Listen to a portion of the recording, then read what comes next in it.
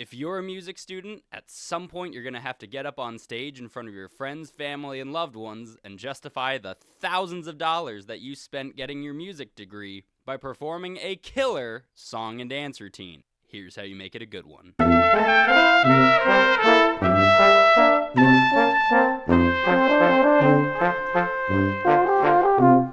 So you have a recital coming up. You might find yourself a tiddly bit overwhelmed. Where do I begin? What music do I pick? I need an accompanist. I need to schedule a dress rehearsal. I need pictures? Posters? Program notes? What do I even wear? Have no fear. The Lakes Brass Quintet is here. Today we start our comprehensive guide to giving your absolute best performance in a recital, all the way from choosing your music to what to expect on the big day. Now, between the 5 of us, we've put on quite a few recitals. We'll even share how we go about programming and preparing for some of the gigs that we play around here in Nashville. Without further ado, let's jump into part 1 of our series, Selecting Repertoire.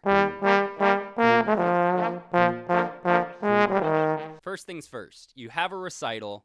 What are you gonna play? There are a few key factors you should consider when choosing your music for your recital. First and foremost, how long is the performance? Most recitals at the college level tend to fall in the 25 to 30 minute or 50 to 60 minute time frame. For the quintet, we have to be able to program anywhere from 15 minutes of prelude music to an hour children's concert, and even a 2-hour polka set at our local Bavarian beer house. Yes, 2 hours of brass music. It is painful, but we always grab a special beverage of sorts at intermission, and it makes everything sound better. To us, anyway. Obviously, time will impact the number of pieces you can choose to fill your time frame, but time also impacts a physical aspect of our music making, our endurance. I did a video a while ago about training your upper register, where I said working your high notes is a lot like powerlifting.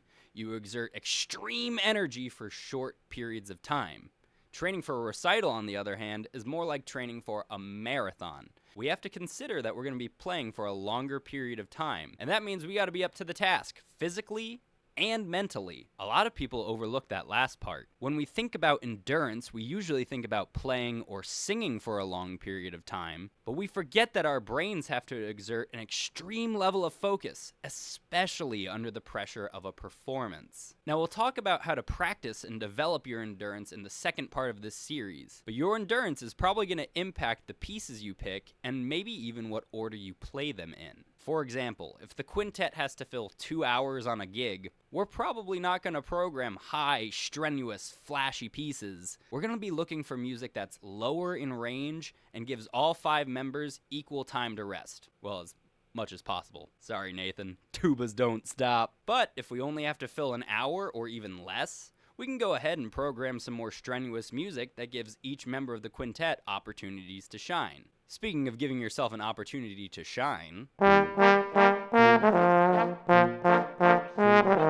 the whole point of having a recital is to showcase the skills that you've developed on your instrument. So you want to choose repertoire that shows off your strengths as a musician. The mistake that most students make is choosing bucket list pieces instead of music that they could reasonably prepare before their recital. What do I mean by bucket list music? Every instrument and voice part has foundational solo literature that everyone wants to play someday. The Haydn Trumpet Concerto, the Mendelssohn Violin Concerto, the Strauss Horn Concerto. Tentpole pieces like these are standards in the repertoire for a reason. They push the performer beyond proficiency and instead to virtuosity in multiple skill sets across the instrument. Take the Hummel Trumpet Concerto, for example. The first movement can get a little rangy and it has some wide interval leaps. The second movement is a lot more lyrical than the other two, but presents some rhythmic and ornamentation challenges. And the third movement is a tongue and finger twister, making the player do a lot of moving multiple tonguing. For a lot of students, pieces like these just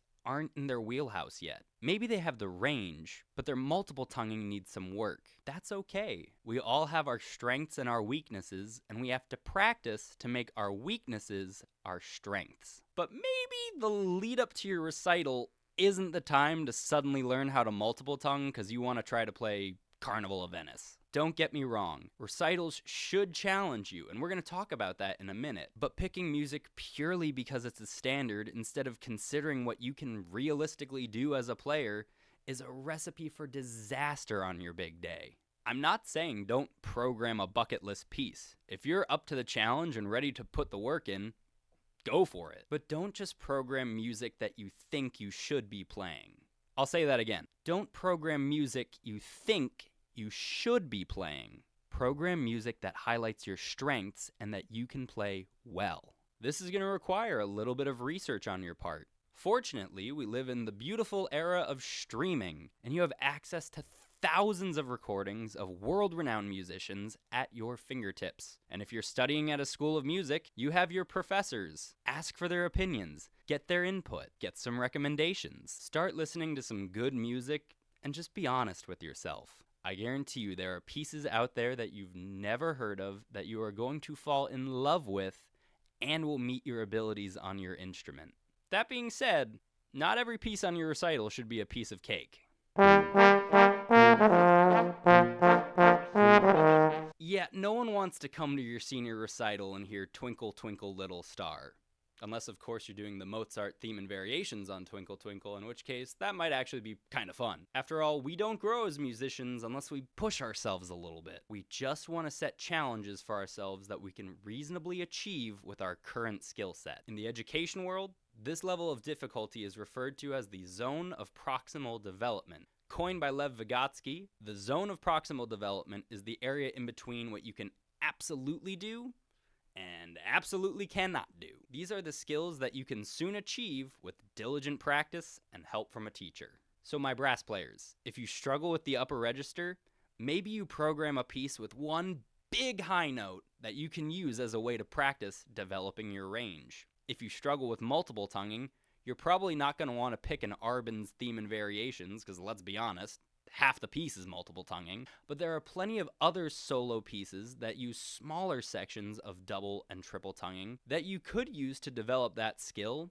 to the point that you might even want to show it off in your recital. Again, do your research, listen to your repertoire, and find a piece that pushes you just out of your comfort zone. All that said, I've got one final tip for y'all. My final piece of advice for selecting repertoire for your recital isn't the most important, but it can help you create a more engaging and even educational experience for your audience. Do you have a theme? Now, theming a recital isn't like theming your high school prom. We don't need an under-the-sea themed French horn recital. Or maybe we do. Megan, get on that now. Also, theming a recital isn't a requirement. You can totally just pick the pieces that you enjoyed playing the most during your college career. But choosing a theme can engage your audience by priming them to think about how your pieces are related. We're human beings. We enjoy narratives and we enjoy patterns. But Freddie, coming up with a theme for my recital is so hard. If only you had some ideas for me to borrow. Oh, I'm glad you asked. Why don't you take a page out of Taylor's book? You could do music from different or similar musical eras. Or you could do music from the same or different countries. You could do the music of a specific composer. Or you could do music of different or similar styles. Now, I suggest leaning towards contrasting musical styles just so your audience doesn't get bored. I mean, let's be honest, no one wants to sit through a recital where you play, I don't know, 3 different versions of Carnival of Venice.